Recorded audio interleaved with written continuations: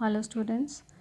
In today's session we'll discuss about chapter 1 of political science, power sharing. In our last lecture we discussed about case study of Belgium and Sri Lanka, accommodation in Belgium. Today we'll talk about why power sharing is desirable.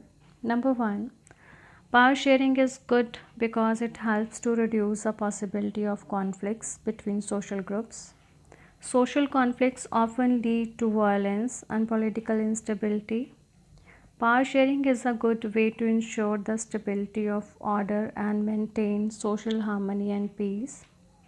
Number 2, power sharing is the very spirit of democracy.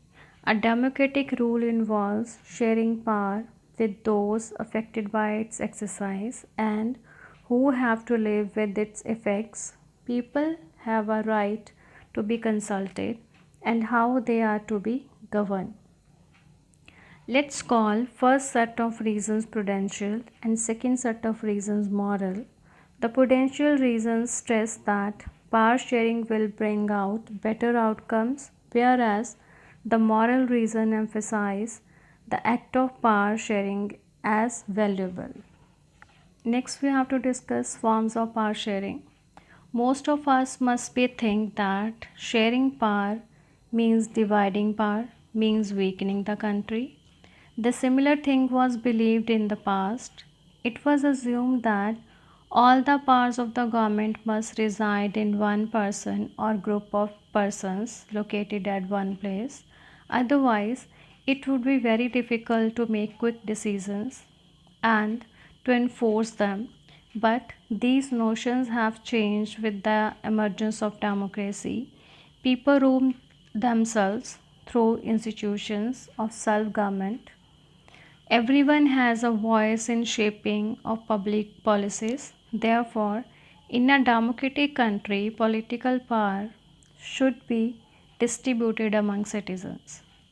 In modern democracies, power sharing arrangements can take many forms. Number 1, power is shared among different organs of government such as legislature, executive, and judiciary. This type of power sharing is called horizontal distribution of power because it allows different organs of the government placed at the same level to exercise different powers. Such separation ensures that none of the organ can exercise unlimited power.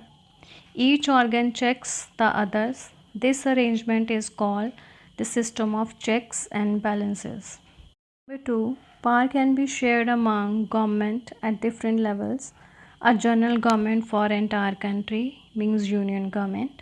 Government at the provincial level means state government, or regional level means local government. This is called federal government. Next we have power may be also shared among different social groups such as religious and linguistic groups. Community government in Belgium is a good example of this kind of arrangement. This method is used to give minority community a fair share in power.